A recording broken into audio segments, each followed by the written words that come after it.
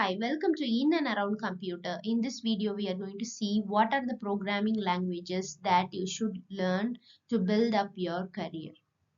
We can see what are the programming languages used by various companies or various areas so that you can get an idea based upon your interest. So the web-based startups, they are using Python and JavaScript, and larger companies develop their internal software applications using C Sharp or Java, and web applications using PHP. And programs for data analytics, they use R and MATLAB programming languages. And embedded devices such as those in automotive and healthcare industries, they run software written in C++, or Rust.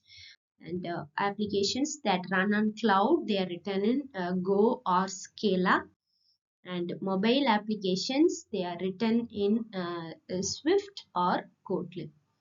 So I hope you have got an idea about the programming languages used on various areas. Subscribe to my channel if you feel contented.